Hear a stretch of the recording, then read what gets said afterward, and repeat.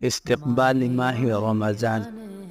رسول مقبول صلی اللہ علیہ وسلم کے ارشاد کا مفہوم ہے کہ جس نے رمضان کے آنے کی خوشی منائی، اللہ تعالیٰ اسے 1 سال تک خوشیاں نصیب فرماتا ہے، اور جس نے رمضان المبارک کے جانے کا غم منایا، اس سے 1 سال تک غم دور رہتا ہے۔